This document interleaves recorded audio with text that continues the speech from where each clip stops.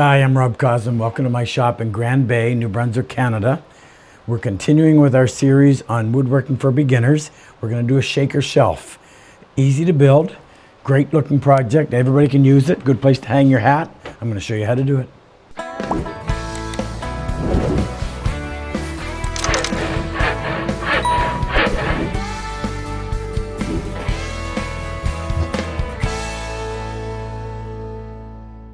Before we head over to the shop and I'll show you exactly how we build it, I want to show you one of the nice features about this. You can mount it anywhere and you don't have to see or hide any of the screw holes that you use in order to attach it. So just tap this to bring it off. And I'll take this board off that has the pegs in it. And there's a tongue on this piece and there's a groove on the opposite piece. Screw down through those so it's completely hidden. As long as you line those up with the studs in your wall, you're good to go. I'll go over to the shop and we'll talk about this a little bit more. And I chose shaker design. I like it. It's very simple, clean lines, and it's usually the joinery and the materials that speak for the project itself. This is about a 2-day project, maybe one, depending how quick you are. But I'm working under the assumption that unlike my shop, you're limited to some basic hand tools and a table saw. And we'll keep that in mind with all the joinery, which is going to be simple joinery, not necessarily easy, but very simple, very straightforward. Now, when it comes to choosing material, I've laid out 5 here. This is walnut. It's probably the most expensive, nice and dark.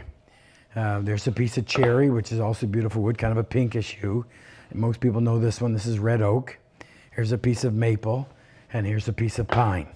And you should be able to build this with any of those materials and not have any strength compromise. There's nothing that's small that requires a hardwood over a softwood. Now you can change the dimensions, do whatever you want. I'm just going to give you the overall dimensions of this one. So the length is 34 3/4. The actual shelf itself, now this is where you may have a challenge because you can't always buy nice wide timber. If you want to get into joining it up, you can. This is just under 6 inches in width, and the height from here to the top is 7 1/4 inches. This piece underneath is 4 1/4, and we'll talk about spacing for the pegs and all the rest of it, but those are the overall dimensions. And I'm using, actually, I used, my pieces are 13/16, but 3/4, which is what's going to be most readily available. If you're buying lumber that's already been dimensioned, 3/4 is going to be your choice there, and that's what I'll do with mine. Okay, so let's do up a cut list. Now I'm just going to take this apart. You got to remember when you do your cut list, if this piece measures 34 1/4, you don't want to cut exactly 34 1/4 right away because you're going to want to trim that down. So you got to make it a little bit longer. So in making the cut list, I'm going to give the actual final size. I think I may have misread this too. This is 35 3/4. I may have said 34, 33, I can't remember. So this piece that's going to go against the wall is, so we want one of them, and it's 34 1/4 by, got to remember to add for that tongue, 4 3/8. And we're using 3/4 on everything, so 3/4 inch. There's 2 more pieces. So we'll do these end ones first. So they're going to be 7 1/4. I always, when I write this down, we're going to use 2 of these, by the way. When I make my measurements, I always put my length first and my width, and that just saves confusion later on. So 7 1/4 by 5 7/8. So 7 1/4 by 5, what did I say, 7/8? By 3/4. You may as well label that too. So we'll call that the pegboard. These are the ends, and this will be the shelf.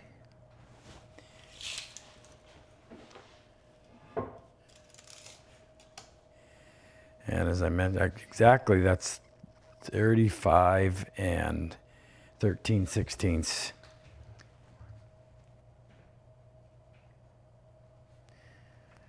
And that's going to be the same, 5 7/8, and that's 3/4.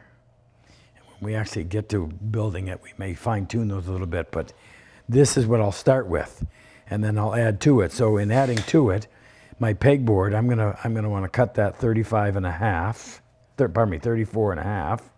That'll allow me to trim a little bit. And 4 3/8. So I'm gonna want to go 4 and a half. That allows me to get rid of mill marks and whatever else. And I can't do much about the 3/4 because I'm buying it already dimensioned to 3/4. These ones, 7 1/4, I'm gonna go 7 3/8. This allows me to square it up with my shooting board. And 5 7/8, I'm gonna go 6. And of course 3/4, we don't have an option. This one, 35 and 13, I'm gonna go 36 by 6, and again 3/4. So this is gonna be my actual cut list. I'm gonna go over and I'm gonna cut pieces that are that length, that width, and of course we're holding to that thickness. And from that point, we'll refine it when we actually start building it. So I've got my pieces, and I want to just tell you a little bit about buying lumber.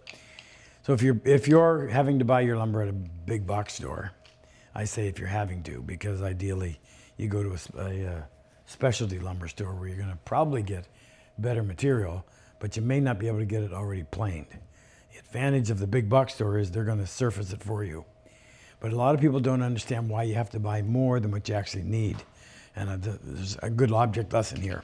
First of all, in case you don't know, we measure lumber by a board foot. So a board foot would be 12 inches wide or long, 12 inches long, and 1 inch thick.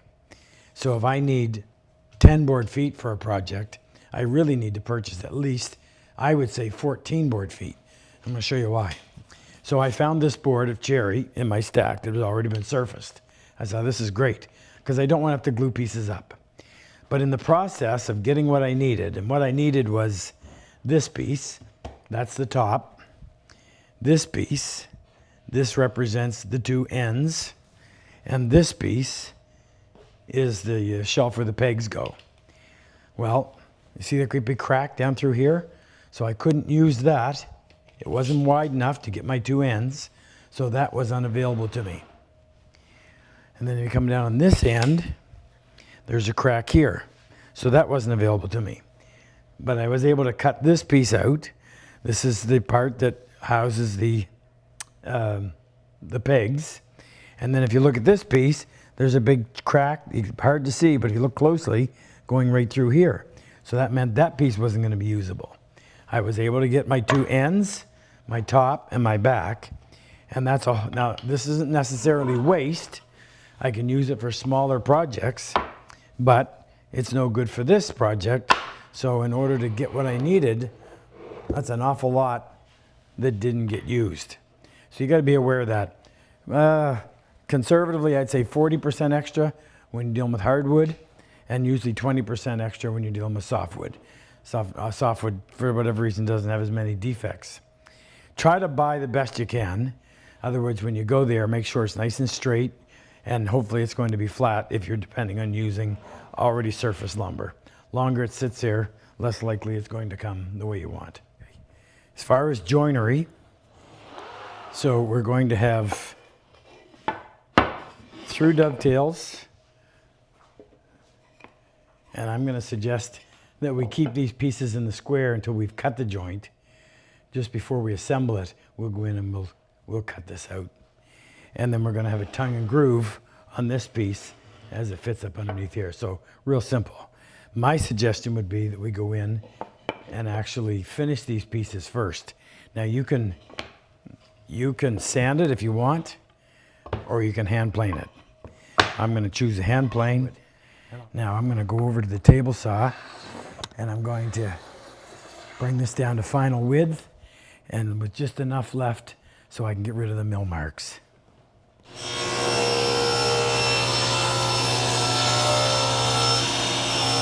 These pieces have all been shot to length, so nice and square. So these pieces are done. This one, which is the one that had the pegs in it, I shot this end, but I left this one long. And I will fit this to this piece once we've already joined it. I'm going to put the tails on this piece because that's what you'll see. Well, not that you won't see the top, but this will be the most evident. You can do it either way. I'll put the tails on these two ends. I'll go ahead, cut the tails, the pins, and then get it all ready to assemble. And before we do, we'll come back in and we'll cut this profile out.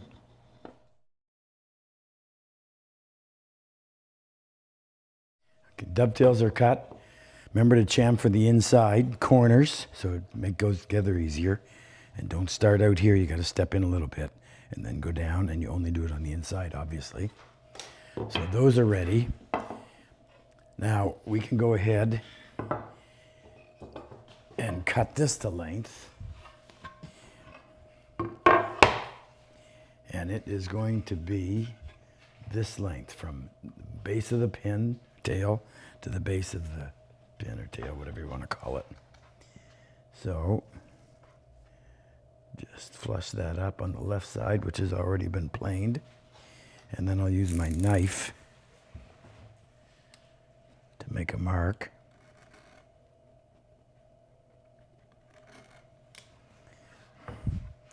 And I can go ahead and cut that.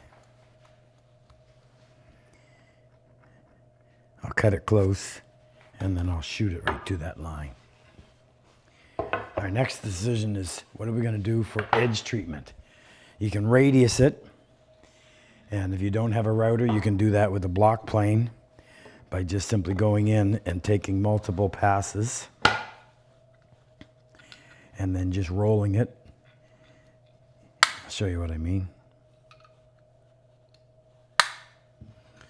So if we want to put a radius on this and then just change the angle, should be going this way, I can tell by the grain direction. So start here, roll it a little more. And then come back, doing the same thing, just changing the angle a little bit with each pass.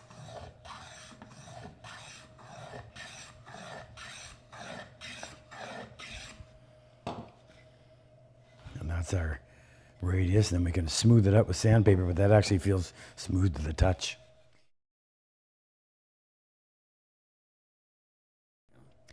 Okay, I'll show you the way that I prefer to do this as opposed to using a compass or even freehand drawing it. Decide first how much of a flat spot we want. So I'm going to come down to about there. And I'll probably do approximately the same amount. Now take a thin stick and just bend it. And you can bend it more or less, but just what you want is just a pleasing curve. Now, that's about what I want, but since I don't have a third hand, I'll clamp this to a bench dog.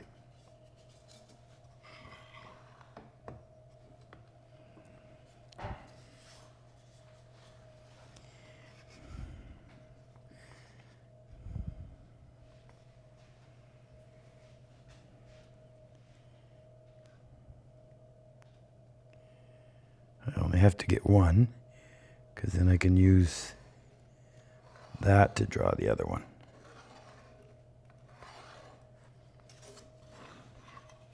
Go. The closer I follow that line, the less material I'm going to have to remove by hand.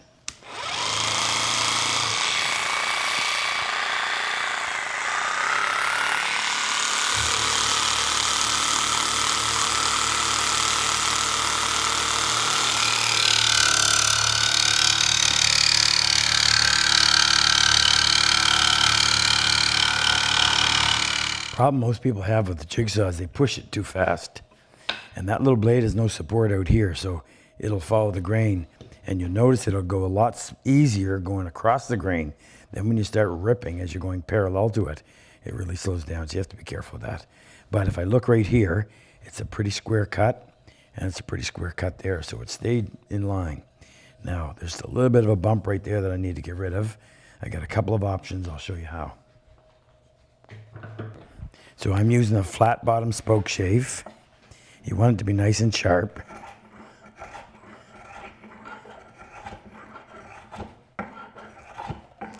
Don't make it too aggressive, meaning don't have it projecting too much. Now, I'm don't think I'm going to get the surface I want off of this. I'll have to sand it, but I need to get rid of any of those bumps that would take a lot of work to get out with sandpaper. A rasp is just a file made for wood. Go with the grain. I'm just going to smooth this out a little bit. This is just a little more aggressive than sandpaper, so I can get this done a little quicker, but I'll end up having to come in and sand it.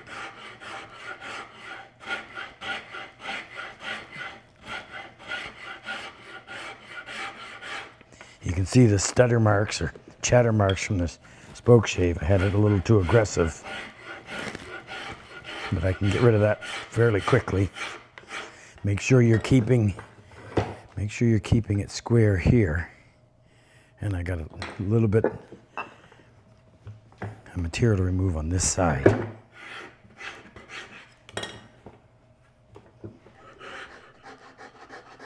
Now that's the equivalent of about 120 grit. So I need to get a good sanding block. Something's nice and firm because I don't want that to get rounded over. We're going to come in and we're going to cut a little chamfer on both sides of this. But in order for it to look good, this needs to be maintained flat.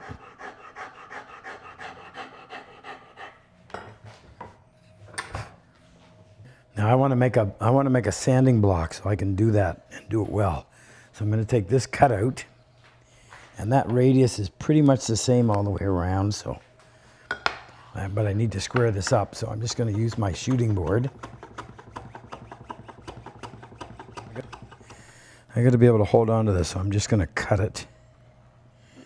I'll need a piece about that big. So I can use jigsaw, anything just to saw that out. Now I just want to smooth this out a little bit. And I'll show you what I'm going to do with this block to make it more effective. I just want to get rid of the little facets. This is a piece of MDF with adhesive paper on there. Just means it doesn't conform, so it's not going to round over my edges.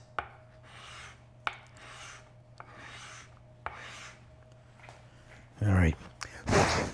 Now, I have this stuff, we call it crubber. It's a rubber and cork combination, and it's got a sticky back on it.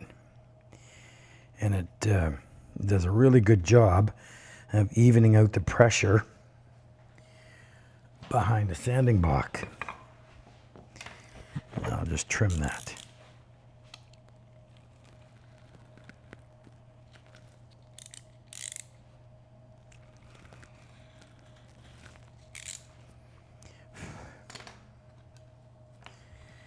Now I'll put that in there. And I'm going to start with 120 grit.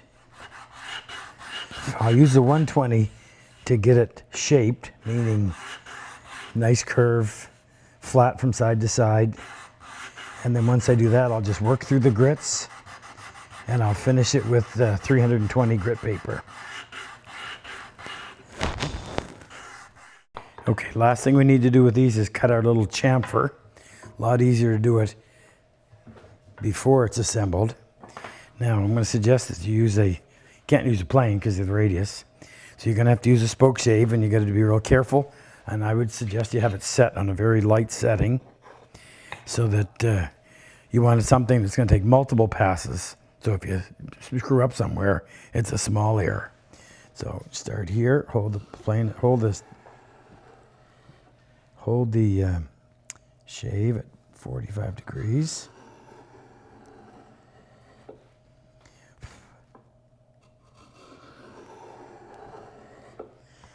And that looks to be enough. Okay, it's time to cut the tongue and the groove. So the groove is going to be on the underside of the shelf. And we want the groove to be a little bit far back from the front because we're going to be able to put a screw down in through there. Now, it would be nice if we could just cut the groove on the table saw between the two pins, but it's not possible because we've got to be back in here a little bit. And we wouldn't want to make a half pin too small.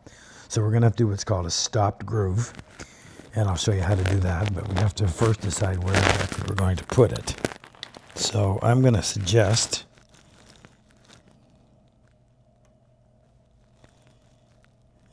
about there and there. So put a mark on here. Put a mark down here. We'll cut the groove, and then we'll cut the tongue to fit it. So now we got to go over to the table saw. Now, in order to do this, I have to take my splitter, riving knife, whatever you want to call it, out, because I've got to drop it down, and that won't work with it. And that's probably the biggest safety feature on a table saw, as far as I'm concerned. Now, we've got to be able to set the board down on, starting the cut somewhere other than at the end, and then move it forward until it comes, before it comes all the way through. So we need to know where it's going to start cutting and where it's going to end cutting with our blade set at whatever height we need. So the first thing we want to do is get this set for approximate height. And I don't think it needs to be more than maybe 3/16 of an inch. Now I'll use a block to test it.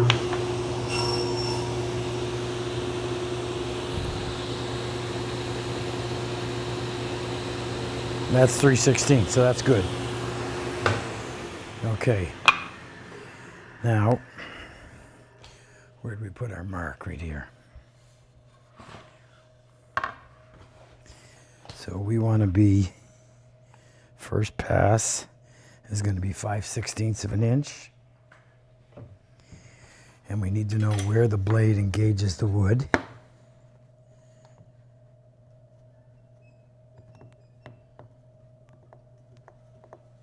Right there. You can use a piece of tape if you want, or you can make a mark with a pencil.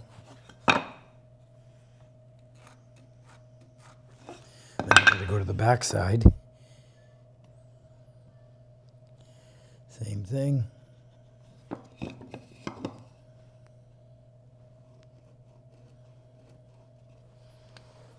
It's not very dark.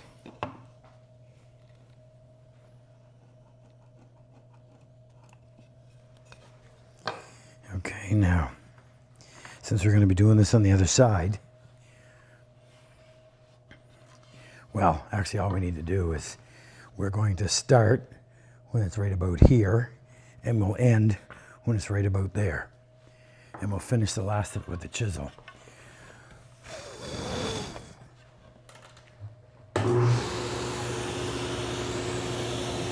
So, paying attention to that mark, move it against the fence, right about there.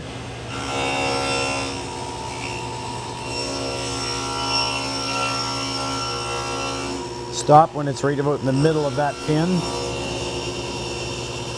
Okay. So I move the fence over, and we'll just repeat.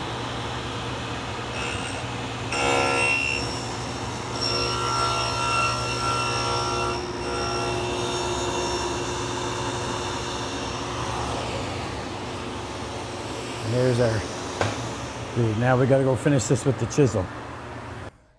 Okay, we only need to start right here, so I don't need to worry about any of this.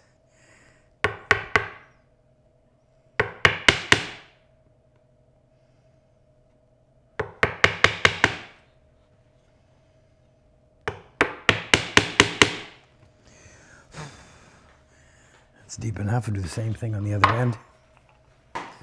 Now we have two options here. We can do this with a chisel, or we can do it with a router plane. I've got a 3/16. That's perfect width. So it's just a matter of taking this down so it's the same depth.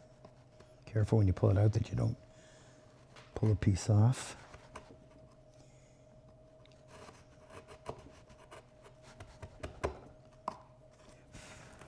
And if you need to, you can take a regular bench chisel and just go down and define those outside edges. Just cut a little cleaner.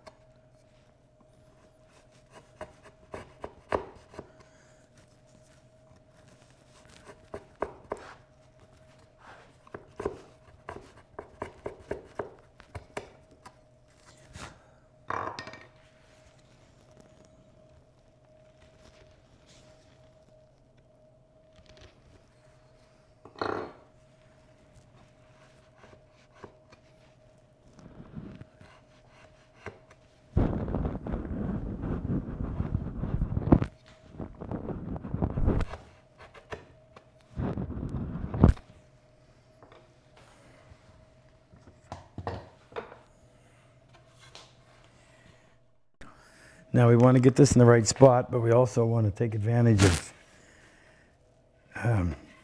having what looks best. I had when I planed the end of this, I broke some fiber, so I'm going to put that on the top. And that'll keep the bottom, which is nice and crisp. So we'll set this in place. I also want to have a close look and see which face, if any, looks better than the other. Yeah, I think I'll use this one. So we'll set that on there like so. I'm going to clamp it so that it stays put while I'm doing this.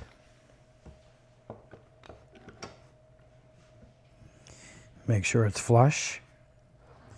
And we just want to transfer these lines. Easier to do it with a knife for precision. And then we can highlight it with a pencil so it's easier to see and we at least know where to look.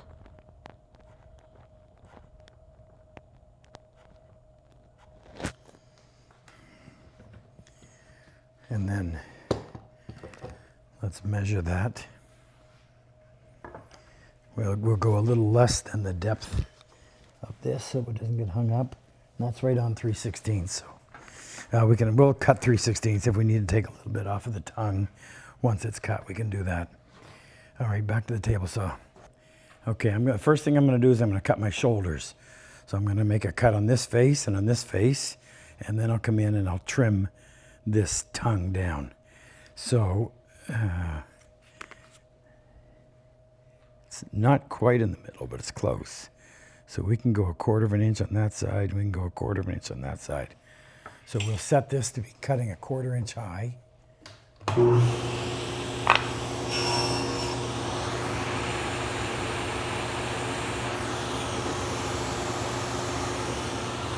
Now, we want 3/16 of an inch.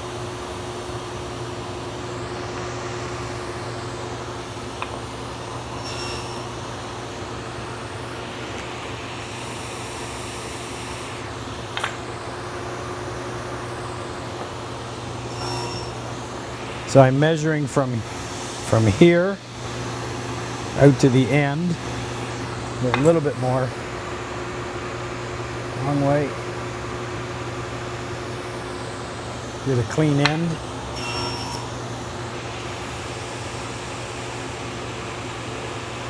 That's just about 3/16.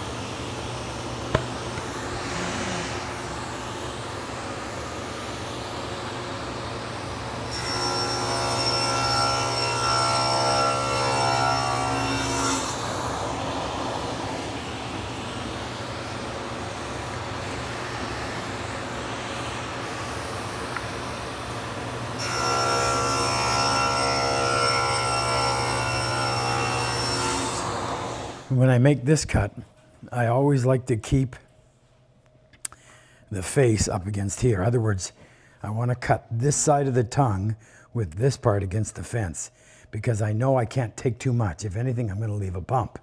If I did it the other way around and I had the fence so that the fence, pardon me, this was being cut on the other side of the fence like this, there's a chance that that comes away from the fence and I take off too much.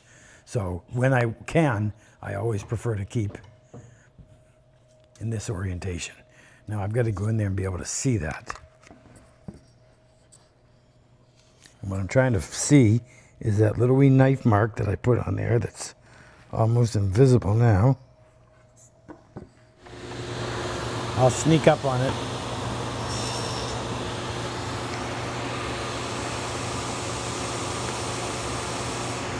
Little tiny bit.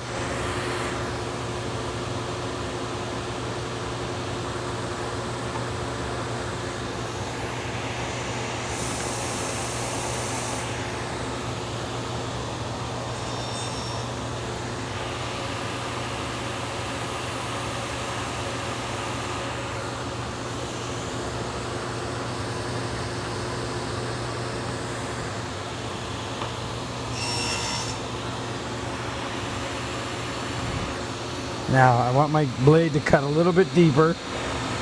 Doesn't matter if it cuts a bit too deep because I've already got these shoulders established.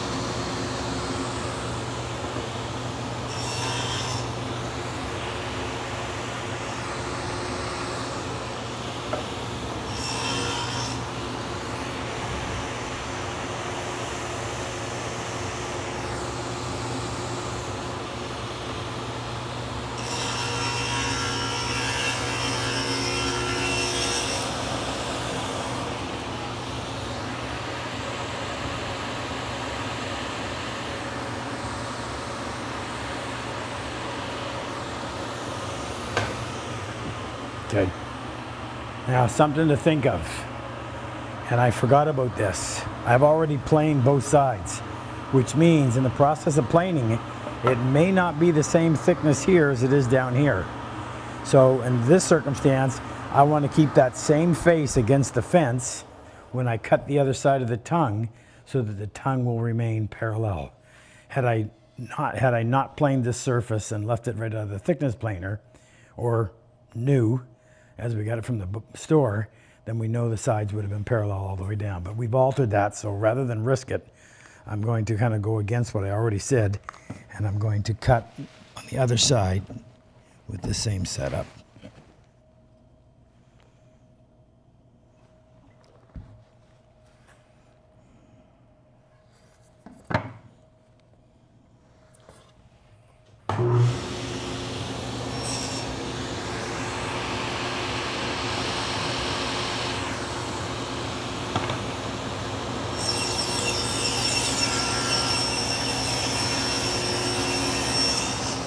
Last thing I'm going to do to this tongue is just use my shoulder plane to come in here and cut a little chamfer and just make it a little bit easier to get together.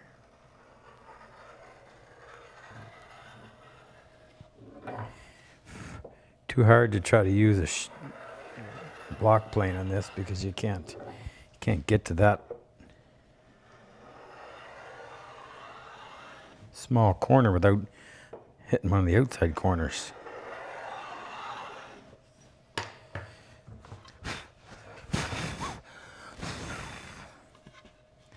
Now that should sit down in there nicely.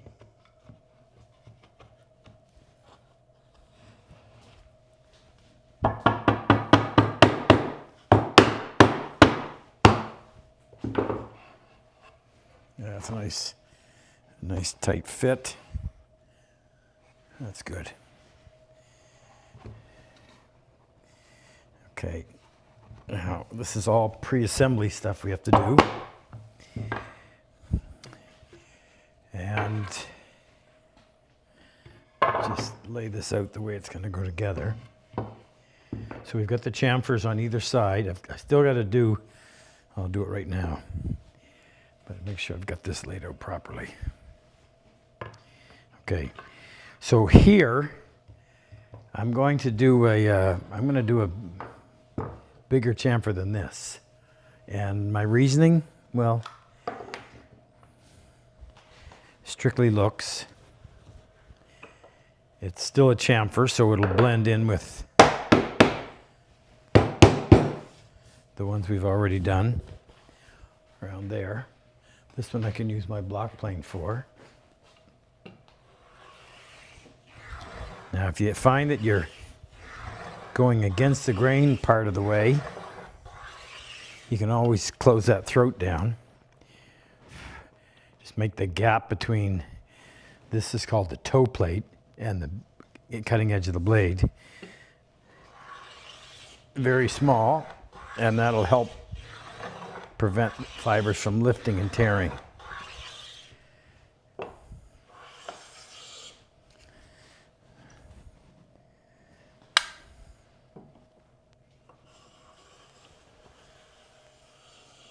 So that's what I'm looking for. It's a really thin shaving like that. Far less likely to tear. A little bit of wax to cut that friction.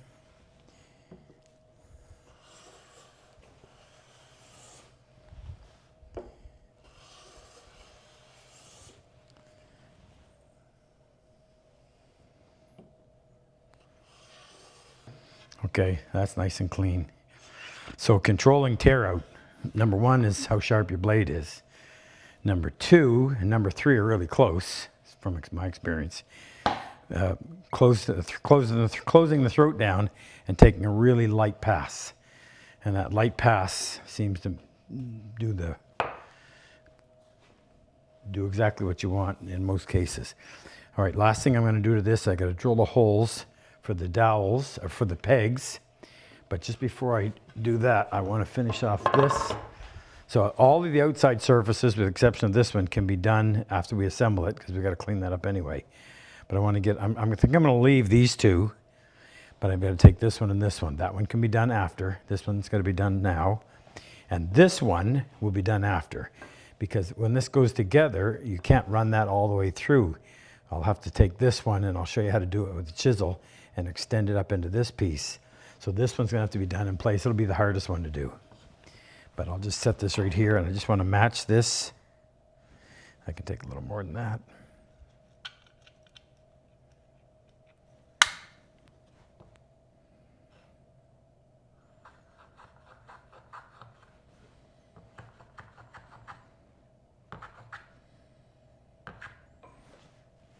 There. If you have access to a lathe, these are pretty simple to turn. If you don't, you can always go and buy them. They're just called shaker pegs. I got these ones. I think these are 2.5 inch. You can make them. You can get them bigger than that. So we'll space those. Remember, if you're hanging a coat on there, you need some room, so you don't want to have too many.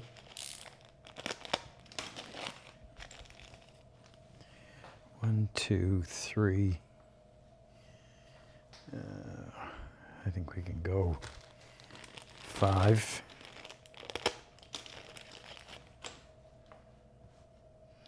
And just do this just to kind of get a look for what you want. And then I'll show you how to divide it up using a pair of dividers. Put a coat on there, that'd be just the right. And leave about 2.5 inches. Is that enough? Yeah, 3's better. So if we left 3 inches on either end,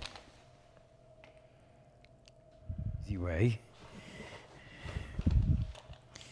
And we want 3 inches on either end. So I don't have to make any mistakes. And do we want them? Where do we want them? Down the bottom or up top? We don't want them too.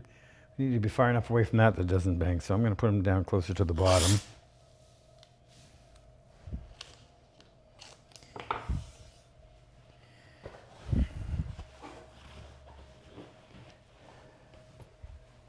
Okay, so if we come 3 inches and 3 inches, and we'll get a pair of dividers. So you could do this mathematically, or you can do it the simple way. So I've got these dividers. Careful not to make a mark yet. So I got to close them down a little bit. Remember, whatever amount you close down gets multiplied by the number of times you step.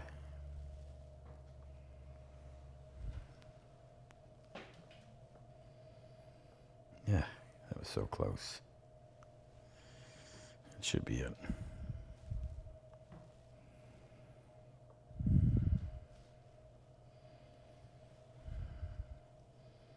All right, so there it is. Now where are we going to put them?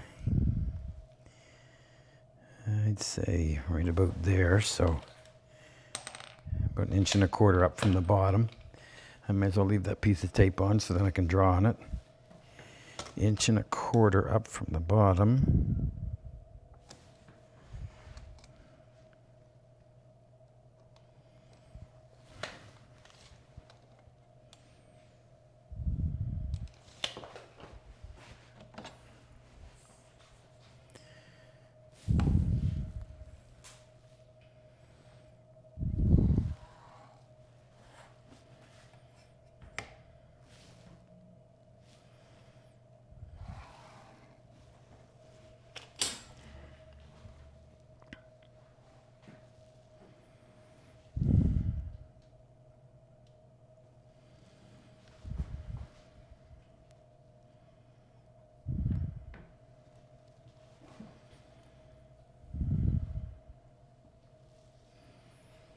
Okay, 1, 2, 3, 4, 5.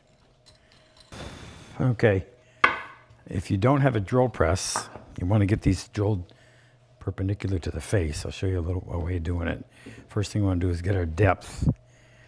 Now that doesn't give you a whole lot of glue surface, and there's a lot of stress on that when you're hanging a coat on it. So I'm going to suggest we drill a hole just deep enough, and then we'll drill a pilot hole all the way through, and we'll put a screw in from the backside. That'll help to strengthen that. Okay, now I'm just going to put a mark on here.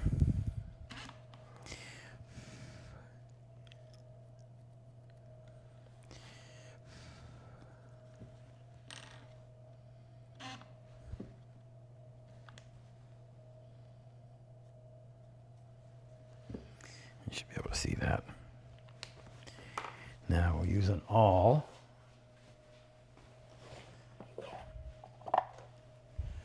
To start that hole so the brad point will fit in it nicely. It won't walk around on me.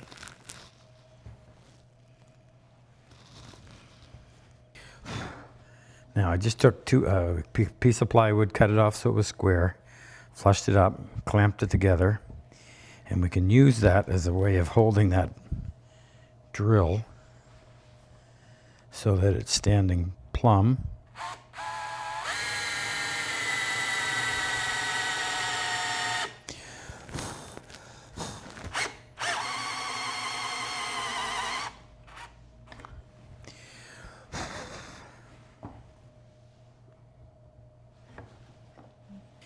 So I'm going to put, these are number 6, it's the size of the shaft, by 1 inch. Inch and a quarter? It is. And I'll drill down through here and then come in from the back side, and that'll go about that far up into that peg. So that combined with the glue will make that good and strong. So the brad point leaves a little spot in the bottom.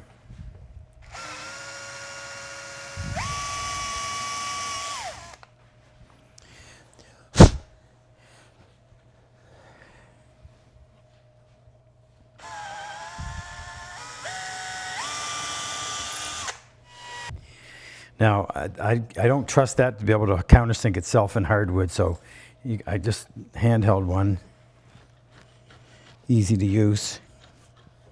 And then I just put the head down like that, and when the turned upside down, as long as the head sits below the surface, then you know you've got it deep enough. You can use a power one too. So here's one for the record books. I was just getting this all ready to put together, and I said, oh no. When I built this one, which is I did it as a, do one first before we do the one that we film. I accidentally cut the slot on the front instead of on the back. I just did the same thing on this. So now I'm going to show you how to fix it. So I cut a strip. It actually was off the same board, so maybe the colors will match. And I cut it with about a 3-degree slope, just so that I can set that in there and it'll snug up a little bit. Obviously it won't go together from this side, but the thin side works just perfect. So we'll mark this.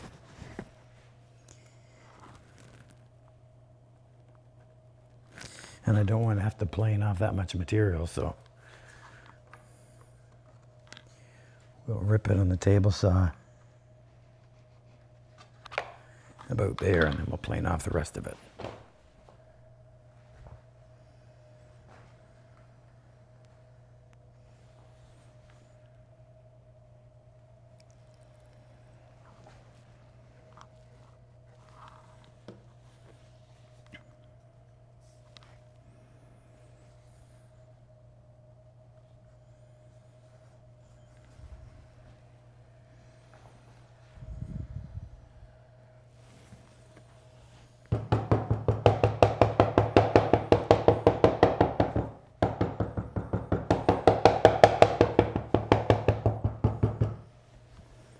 I left a lot more on there than I was planning to, but that's all right.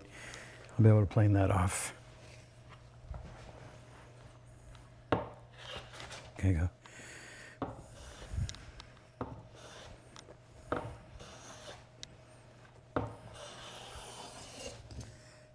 Pull that blade in. Flush, flush, flush, flush, flush, flush. Okay. All right, so that was about a 15, maybe a 20-minute error. You can usually recover from most mistakes. It's the psychological part that you were stupid enough to do it. Takes a while to get over, especially the second time around. Okay, I've just got to finish running those out to the end like I did on this one, and then we're ready to glue it together. All right, want everything we're going to need. Start putting glue on. You don't want to be running around for stuff that you forgot about. I'm going to start it like this, just easier to handle. Once I get it started, then I'll put it upside down and I'll pound on it with a block and a steel hammer. So we want to glue all of the long grain surfaces.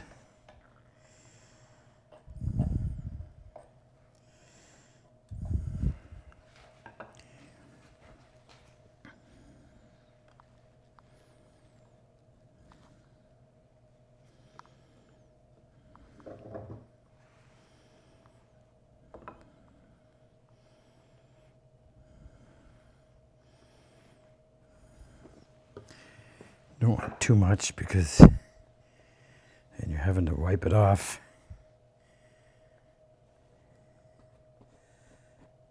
After. Okay. I'll just use a rubber mallet to get this started. Those chamfers we cut help to line it up and get it started.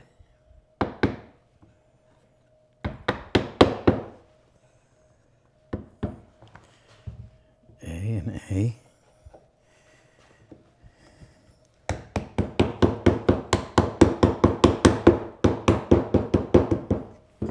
Okay, don't want any more than that. You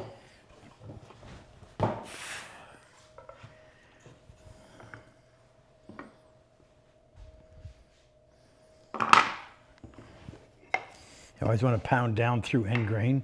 Better transmission of power.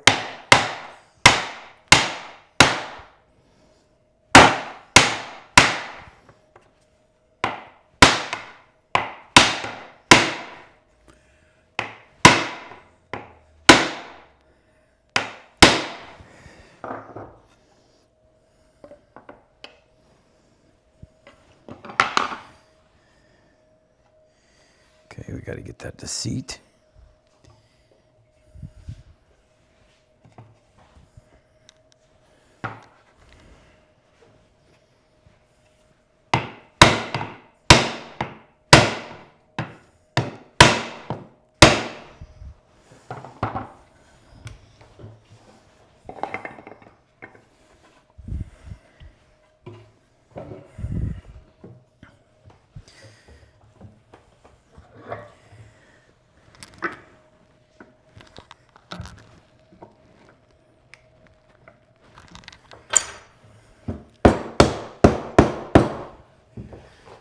Like that, I forgot a rag.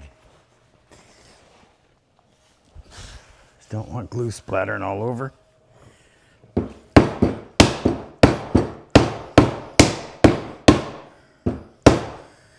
Sometimes you gotta have a block.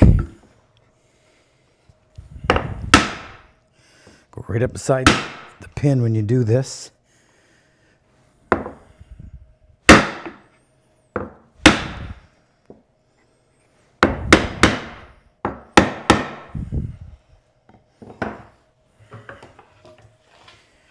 Okay, let's check that for square. It's got to be pulled up.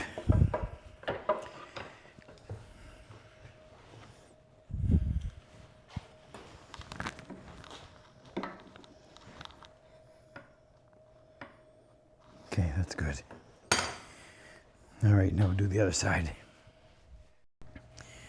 Okay, glue these in. I just use a Q-tip.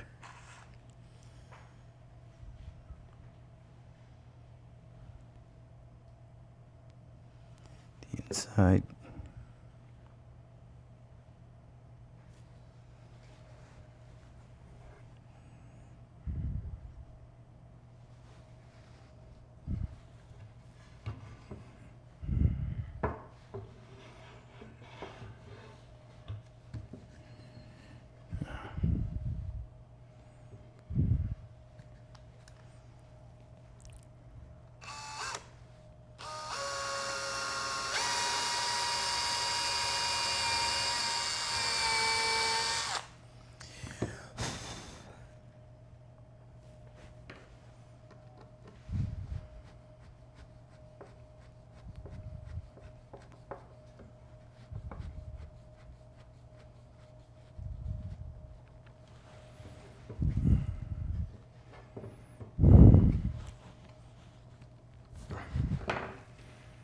Yeah, it's tight. Okay, I want to show you something. Another mistake to fix. See a gap? Looks terrible. I know it's small, but it still looks terrible. And it's staring you right in the face. So I had one on both sides, but I fixed that one. See that? No, you don't. So I'm going to show you how I did it. It's an easy fix. So the first thing I do, I want to make sure that I can get a little wedge down in there. So the only thing I have that is narrow enough to go in there is a shim. And I'm going to guess 6 thou. This one's on a bit of an angle. It's a little bigger than that. I'm only doing this to clear some of the glue out. Try 8 thou. By the way, this is a feeler gauge. You can get them just about any automotive store. Probably not what recommended you do with your feeler gauges, but yeah, I can always buy another one if I need it. Just tap that lightly. Okay, so that'll allow it to get down far enough. Now, the tough part is, I don't want to use, I want the repair to come out of a piece of wood going this way. In other words, I want to attach it to that as opposed to extending that, because that'll always show as a line. This one, I'll be able to blend it in. You won't be able to see it. So I've got a piece of cherry. That's where I cut that one off. So I need a nice sharp corner right there. I guess we can use the other end.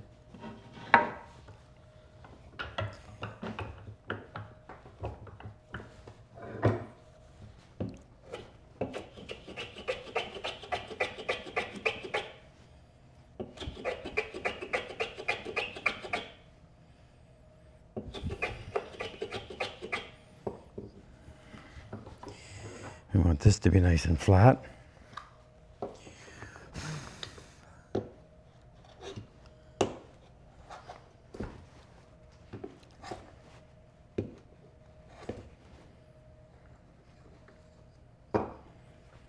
That'll work. Now we got to saw that on an angle. I'm actually going to use my 3/4 saw.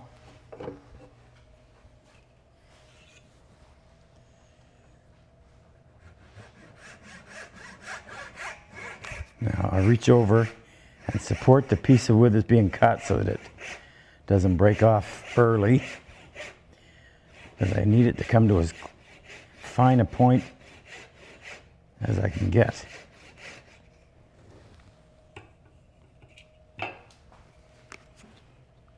Oh, that should be fine enough. It's got to go in a bit of an angle because it's wider here than it is over there. I can just slip that down, just tap it in place. So a little bit of glue on there.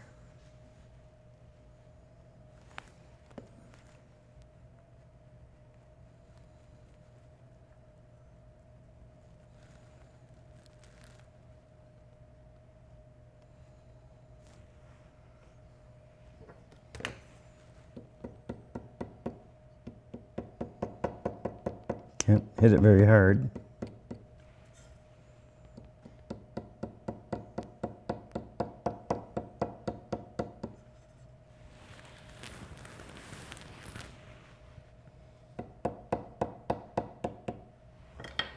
I'll take my chisel.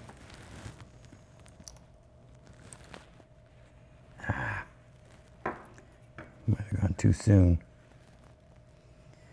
Wonder if I can get that back in there.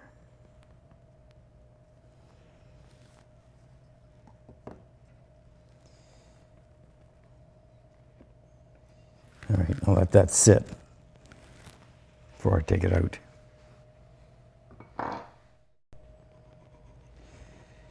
Okay.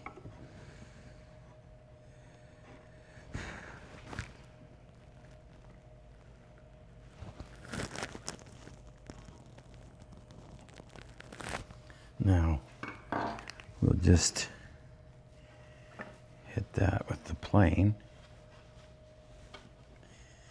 I want to be able to come this way and go around that corner. So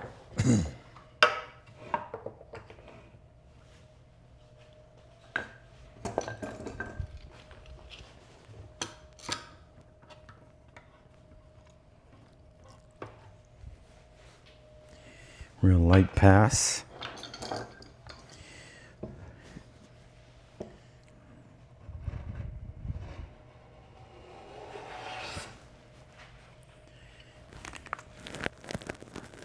Maybe one more.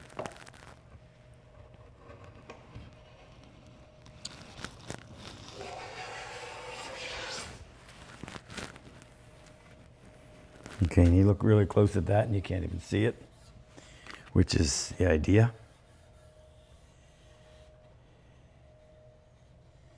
Got a little bit of a mark right there.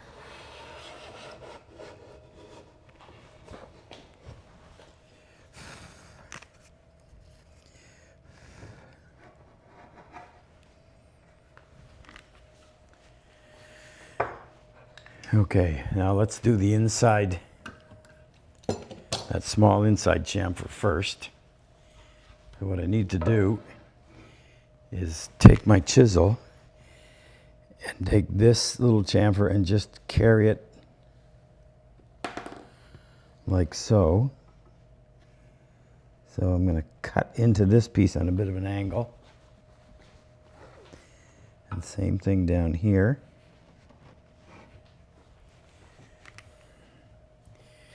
And then I'll use my spoke shave the same way. I got to secure this so it doesn't move. Now this is going to be challenging when I do this one, if that grain is actually running like that, because I've got to cut this way in the last little bit, so hold on.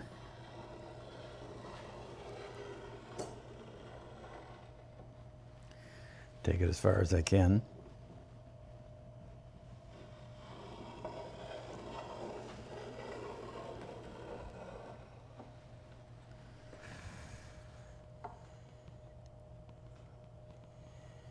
Now we want to maintain that same width. You don't want to do this with sandpaper. It never comes out looking crisp. And then we're just going to, as you get to the corner, just come up and match the angle of that little cut you made. Okay, that's a little bit wider, and this could be a little bit wider. No, I'm going to try to get a little bit of this done. Yeah, the grain is running the wrong way.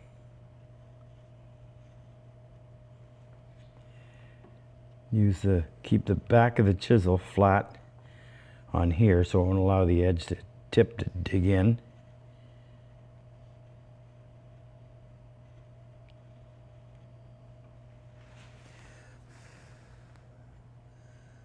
Oh, that's okay.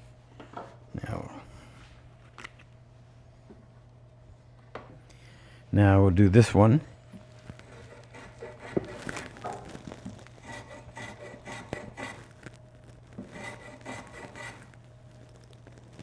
I come down like this to avoid having this break off. Again, we want to maintain the same width as we do down here. Now, before I do this long front one, I'm going to do these ones.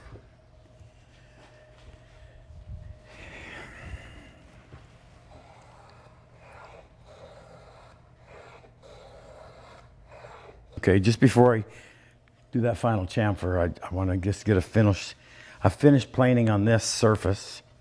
So I took a piece of wood that's the inside dimension, clamped it in place. I've got a block there just holding it down.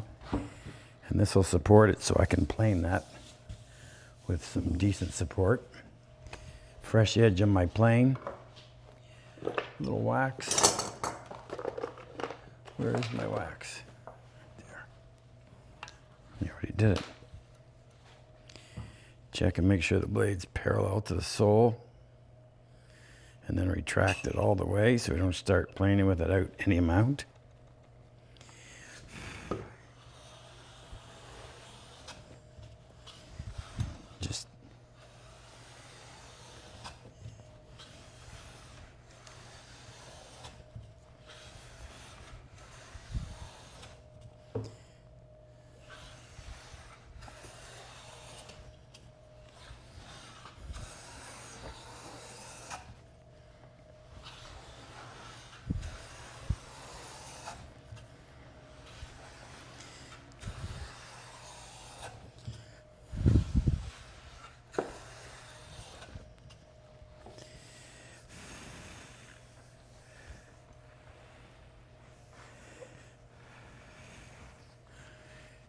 You sure you put an edge on this? Feel that? Okay, I got this set up just to get a final clean up. Don't want to use any sandpaper on this. Freshly sharpened blade.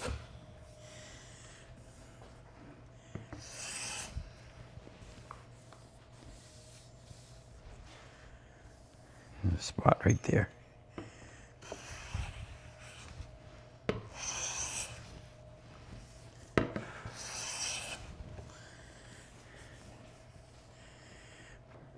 Okay, final step is just to put this chamfer on the front edge.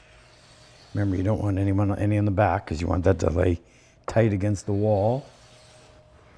And you could make this one bigger, like the bottom of the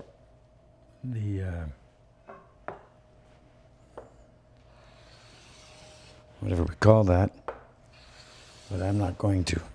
I'm just going to stick with that same small chamfer.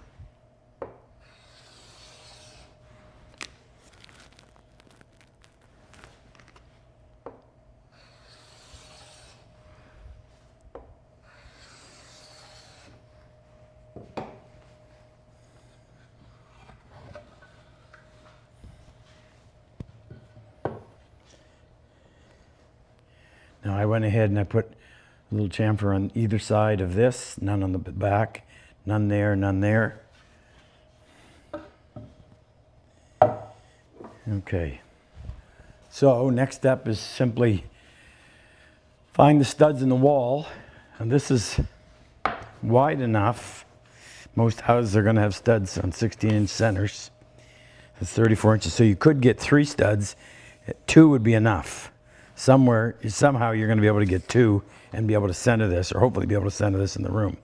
Hard to use wall plugs or wall anchors because you're going to go down through like this. I'll drill in one spot just to show you exactly how that works, and then we'll put it together and call it a day. Okay. Now when you do this, you want to get on enough of an angle that you've got some material. You don't want to be up here too high.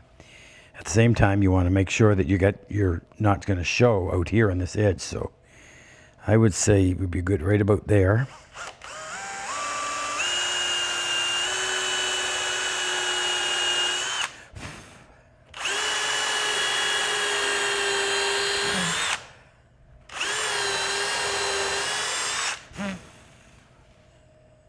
I got to make sure I get that. Now, the difficult part is when you install this, because the screws are on such an angle, they're going to have a tendency to pull down when you're cinching them up. So you have to be careful, keep this level. But it is easy in that you're going to hang that on the wall first, level it up. I trimmed that just to make sure that it didn't interfere with the way this goes together. And then you can simply come over, put your shelf against the wall and drop it down on there.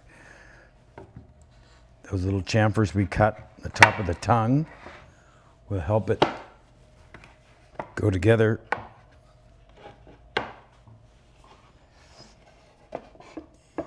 You know, we want it to be a little snug.